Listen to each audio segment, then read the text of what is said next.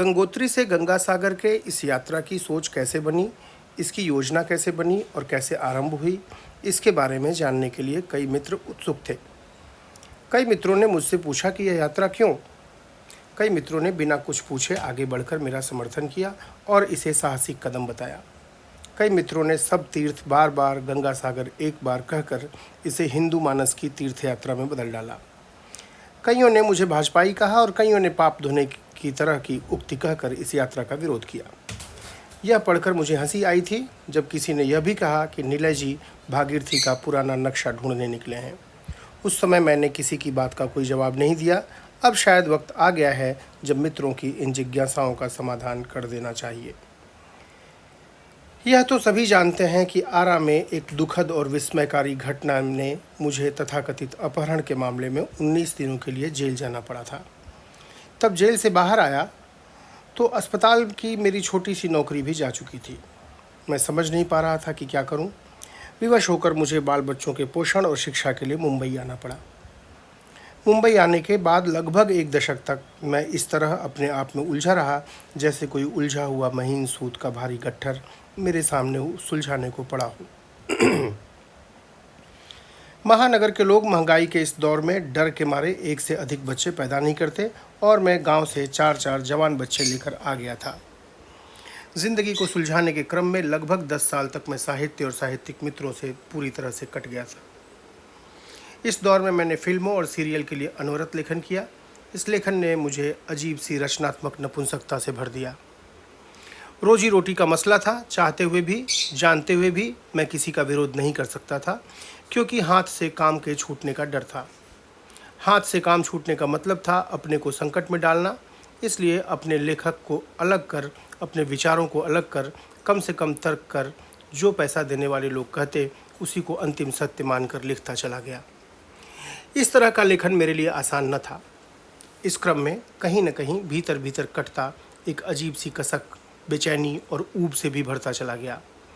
मैं यहाँ इस तरह के माहौल से निकलना चाहता था, पर क्या करता। वापसी का कोई रास्ता बचा ही नहीं था। यहाँ मुझे किसी भी कीमत पर सफल होना था, क्योंकि अपनी सड़क खुद ही काट कर यहाँ आया था। मेरे साथ नाय गांव में पटना का एक लड़का रहता था, रविशंकर। बहुत प्रतिभाशाली था, पर वह घोस्ट राइटिंग करता था। मुंबई में घोस्ट राइटिंग की अघोषित परंपरा है। लेखन में कमीशन भी चलता है। कुछ लेखक अपने निजी संबंधों के बल पर बहुत सारा काम ले लेते हैं और उनमें से बहुत थोड़ा पैसा देकर किसी दूसरे नए लेखक से लिखवाते हैं। लिखने वाले का स्क्रीन पर नाम नहीं आता, किसी को पता भी नहीं चलता कि इसे कौन लिख रहा है। मुंबई में रवि 2-3 ऐसे लेखकों के लिए लिखता रहा जिनसे वह बहुत बेहतर लेखक था। इस शहर में 20 साल इस तरह गुजार देने के बाद एक दिन वह ऊब गया और आकर मुझसे कहा कि सर, प्रेत लेखन करते करते लगता है कि मैं भी प्रेत हो गया हूँ। न नाम, न पहचान, न पैसा। और अंततः वह मनुष्य बनने के लिए मुंबई छोड़कर पटना चला आया। मुझे इस घटना ने सचेत कर दिया। मुझे लगा कि उसमें और मुझ में बस इतना ही अंतर है कि वह लेखकों के लिए लिखता था और मैं चैनल के लिए या निर्देशकों के लिए। यातना तो एक सी थी। कई बार मेरे नाम भी गुम कर दिए जाते। अब तक मेरी आर्थिक हालत कुछ सुधर चुकी थी। बच्चे भी कुछ कुछ काम करने लगे थे। मैंने तय कर लिया कि अब मुंबई में बाज़ार का उतना ही काम करूंगा जितने में मेरी रोजी रोटी चल जाए। मुंबई का बाज़ार, घर, गाड़ी और जिन सपनों को दिखा कर आदमी का चैन छीन लेता है, वो सपने मैं नहीं देखूंगा। मुंबई का बाज़ार, घर, गाड़ी और जिन सपनों को दिखाकर आदमी का चैन छीन लेता है, वो सपने मैं नहीं देखूंगा। इस शहर में एक घर की खिड़की खरीदने में कितने लोगों की उम्र कुर्बान हो चुकी है, इसे मैंने करीब से देखा है। मेरे पास वक्त कम है और मैंने तय कर लिया कि अब सपने मेरे अपने होंगे। इस तरह लगभग 10 साल बाद मैंने साहित्य में वापसी की। मैं एक छोटे से गांव से आया था। वहाँ के सघन अनुभव मेरे पास थे। आरा जैसे कस्बाई शहर के अनुभव मेरे पास थे।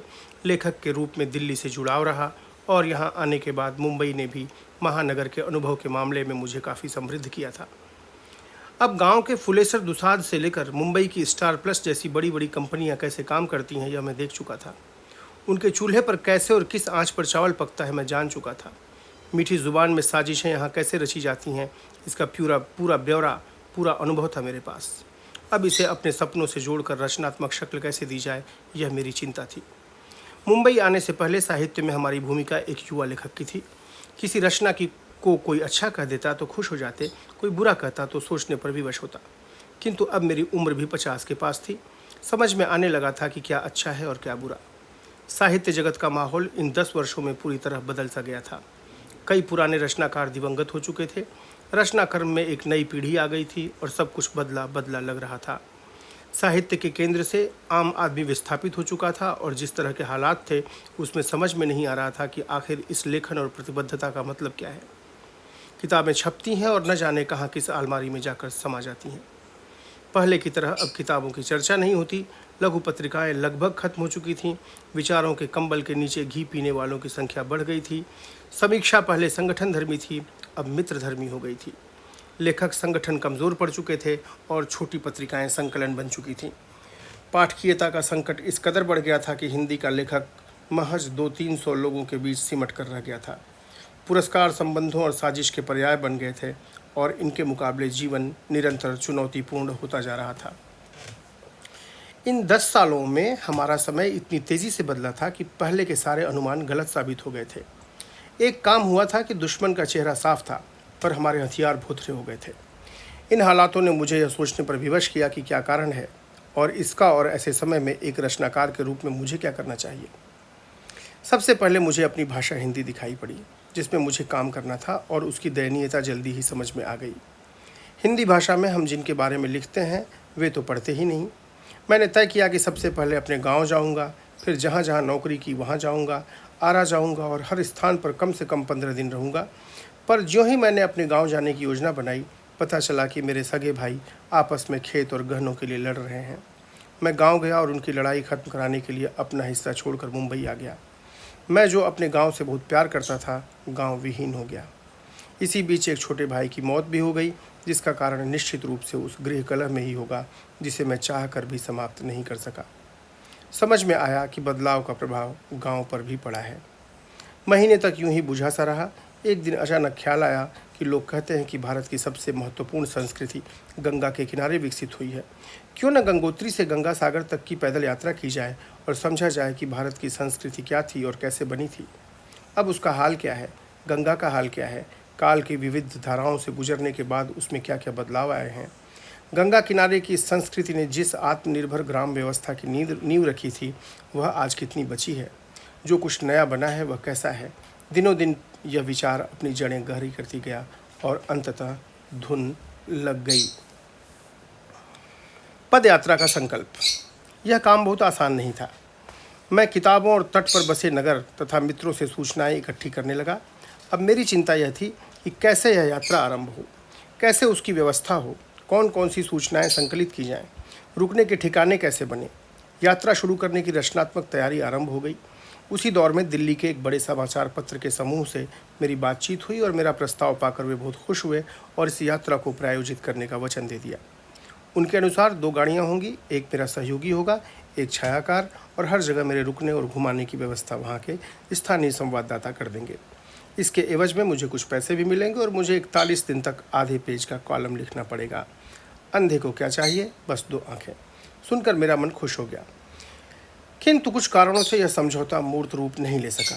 उस अखबार का कहना था कि मैं परंपरा और संस्कृति पर लिखूं, गंदगी और संकट पर न लिखूं। पैसा बढ़ाने पर तैयार था, पर उससे अधिक पैसा मैं सीरियल में कमा रहा था, इसलिए वह दबाव मुझ पर कायम न हो सका। एकाएक मेरी योजना का महल भरभरा कर नीचे गिर पड़ा। अब मेरी समझ में नहीं आ रहा था कि क्या करूं। अब मेरी सारी तैयारी उनके आधार पर हुई थी, सारी योजना उनके आधार पर बनी थी। मैंने तय किया कि यह संकल्प मेरा है, यह यात्रा मेरी है और मैं इसे पूरा करूंगा, चाहे जैसे भी हो। जीवन को और करीब से देखने के लिए पद यात्रा करूंगा, रोज़ 15 किलोमीटर चलूंगा। अपने इस निश्चय पर मैं दृढ़ हो गया। नाय गांव में जहां मैं रहता हूं वहां से हाईवे 5 किलोमीटर दूर है। बिना किसी को कुछ बताए मैं कई दिनों तक रोज़ सुबह और शाम हाईवे तक पैदल टहलने जाता और लौट कर आ जाता। जब मुझे यकीन हो गया कि 20 किलोमीटर की दूरी रोज़ मैं आसानी से तय कर सकता हूँ, तो अपने भीतर की उच्च-बुझ से निकलने और जीवन को करीब से देखने के लिए मानसिक रूप से तैयार होकर इस यात्रा की घोषणा कर दी। मेरी पत्नी, मेरे बच्चों और मित्रों को भी इस बात का तब भरोसा हुआ जब मैंने अपनी योजना के अनुसार बिना आरक्षण के हरिद्वार की ट्रेन पकड़ ली। राह में टीटी से कहा कि भाई मुझे एक सीट चाहिए। थोड़ी आनाकानी के बाद टीटी ने 400 रुपये लेकर मुझे वो सीट दे दी, जो उनकी अपनी सीट होती है। मुझे लगा कि जब तक ये टीटी इस ट्रेन में रहेगा तब तक तो कोई दिक्कत नहीं होगी, पर जब यह उतर जाएगा तो दूसरा टीटी आ जाएगा, तब क्या होगा। मैंने टीटी से आशंका जताई तो उसने बहुत ही संयत स्वर में कहा, भाई जी निश्चिंत रहिए, 2 नंबर का काम हमेशा 1 नंबर से होता है। यात्रा का यह मेरा पहला सबक था। मैं आश्वस्त तो नहीं हुआ, पर उसका डायलॉग मुझे अच्छा लगा और नए समाज के मंत्र की तरह मन में बैठ गया। जो होगा देखा जाएगा सोचकर मैं इत्मीनान से सीट पर जम गया। मन शांत हुआ तो मेरा ध्यान अपनी यात्रा और उसकी योजना पर गया और मैं संशय से भर गया। जिस यात्रा पर निकला था, एक तो यह आसान नहीं थी, दूसरे उसकी मानसिक तैयारी मेरे भीतर स्पष्ट नहीं थी। तैयारी तो मैंने अखबार के भरोसे की थी। मुझे याद आया, हिमालयात् सर्वमारभ्य यावत् इंदु सरोवरम तदैव निर्मितम देशम हिंदुस्थानम प्रचक्षते। हिमालय से प्रारंभ होकर इंदु सरोवर तक यह देव निर्मित देश हिंदुस्तान कहलाता है। लंबे समय तक गंगा के बारे में सोचने के क्रम में अचानक महसूस किया कि गंगा तो एक राजनीतिक नदी है और अनायास ही उसने कविता की शक्ल ले ली। गंगा राजनीतिक नदी है, लोकतंत्र से गहरा रिश्ता है उसका। समय की महान राजनीति थी गंगा के धरती पर उतरने की वजह। समय की महान राजनीति थी गंगा के धरती पर उतरने की वजह, और उससे भी महान राजनीति थी गंगा के गंगा बनने की और उतरने की प्रक्रिया। समुद्र का धन है हिमालय, गंगा पहुंचा देती है ज़रूरत भर माटी की गठरी में छुपाकर। यह रिश्ता है समुद्र का गंगा के साथ। समुद्र की वो मछलियां जो हिमालय पर चढ़ने का स्वप्न देखती थीं, जो मीठे जल में अंडा देने आती थीं, उनका रोजगार बिजली से कम न था। गंगा क्या सोचती होगी अपने घड़ियाली सोइस मछलियों और अनगिनत घास फूस और जो उसका अपना परिवार था। गंगा का राजनीतिक अतीत है, गंगा राजनीति का वर्तमान है, भविष्य गंगा का ही होगा। इस घोर अराजनीतिक समय में जब गंगा गंगा बनने की जिद पर खड़ी हो, राजनीतिक दृष्टि के लिए जाना चाहिए पहाड़ पर और मैदान में गंगा के पास। गंगा के साथ पांव पांव चलना चाहिए, सांस लेना चाहिए गंगा की हवा में, गंगा की मिट्टी से नहाना चाहिए। गंगा राजनीतिक नदी है, गंगा की राजनीति होनी चाहिए।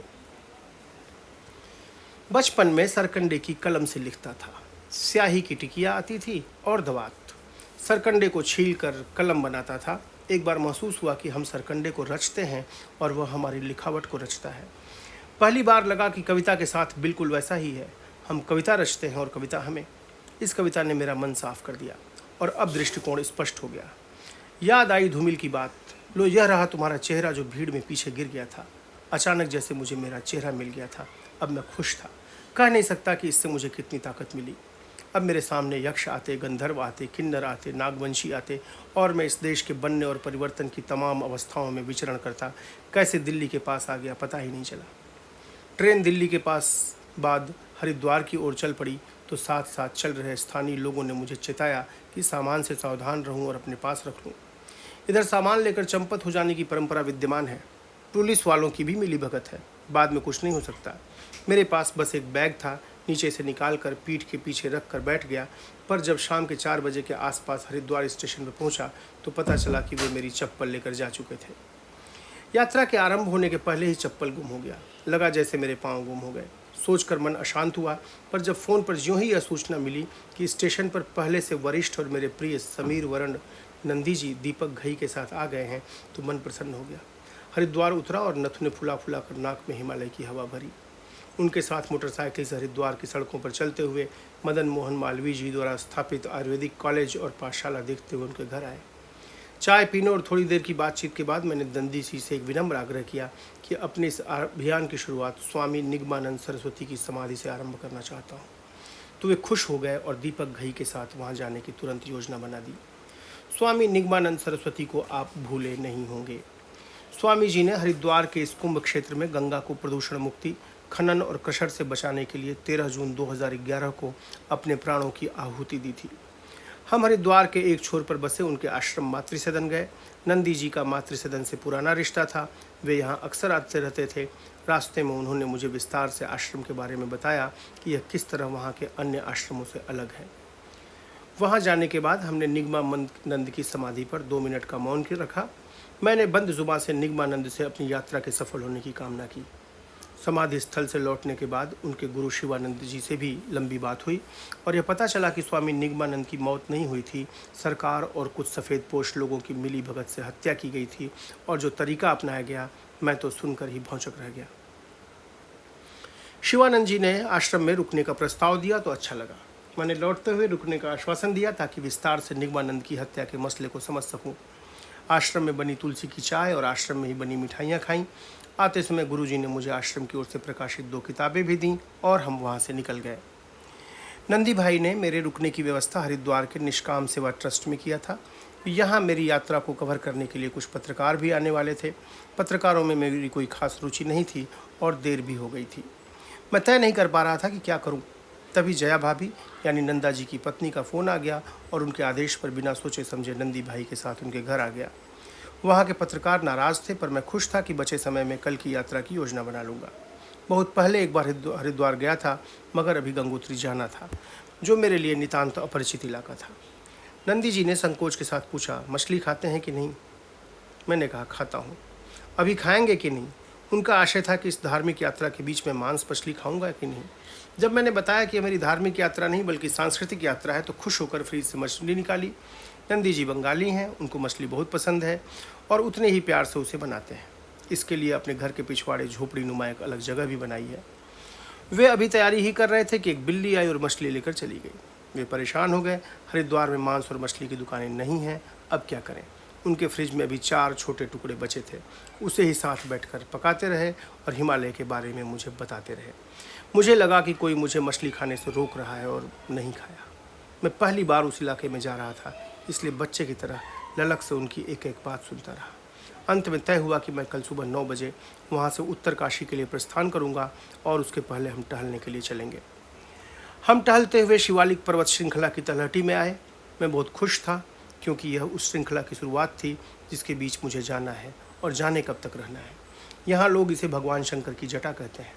नंदी भाई ने बताया कि जंगली हाथी पहाड़ के सबसे निचले इलाके में ही रहते हैं और यहाँ अक्सर दिखते हैं। हम उनकी तलाश में पहाड़ पर दूर तक गए। हमें हाथी के और हिरण के कदमों के निशान तो मिले, जगह जगह लीद भी दिखी, पर उनकी झलक नहीं मिल पाई। नाश्ता करते समय मैं आशंका से भरा था, क्योंकि पिछले दिनों यानी महज 2 माह पहले हिमालय में जो भयानक आपदा आई थी उसके जख्म हरे थे। नंदी भाई ने कहा, किसी और को होना चाहिए था आपके साथ। मैंने कहा, अब तक जितने लोगों से मेरी मुलाकात हुई और बातचीत हुई, कई लोग मेरी यात्रा को लेकर उत्साहित थे, कई लोग साथ चलना भी चाहते थे, लेकिन बीच में कहीं न कहीं कोई अगर मगर आ गया था। अगर मगर की इन बातों पर मेरा विचार था कि हर आदमी के भीतर एक गंगा होती है जो कभी बहती है और कभी सूख जाती है। आने की चाहत बनी और सूख गई। मेरी इस बात का असर चमत्कार की तरह हुआ। नंदी भाई बोल पड़े, मैं आज की छुट्टी ले लेता हूँ और कल दूसरा शनिवार है और परसों रविवार। मैं आपके साथ उत्तरकाशी तक तो चल सकता हूँ। बस क्या था, अनजान इलाके का सारा भय मेरे अंदर से निकल गया, क्योंकि वे कई बार उस इलाके में जा चुके थे। सच कहता हूँ, मेरी खुशी का ठिकाना नहीं रहा। उन्होंने जया भाभी को फ़ोन करके बताया तो सुनकर वे भी चौंक गईं, मगर सोमवार से पहले लौट आने की शर्त पर साथ जाने की इजाज़त दे दी। अब इन 3 दिनों के लिए नंदी भाई को सब्ज़ी खरीदना था। हम हरिद्वार के पीठ बाज़ार गए। मैंने देखा वह बाज़ार गांव में पुराने ज़माने के हाट की तरह था। जल्दी से 4 दिन की सब्ज़ी खरीद हम वापस आए। सब्ज़ी का भाव यहाँ भी मुंबई की तरह ही था। हमने खुशी से 8 ब्रेड सेक कर 4-4 खाया और जल्दी जल्दी सामान समेट कर निकल गए।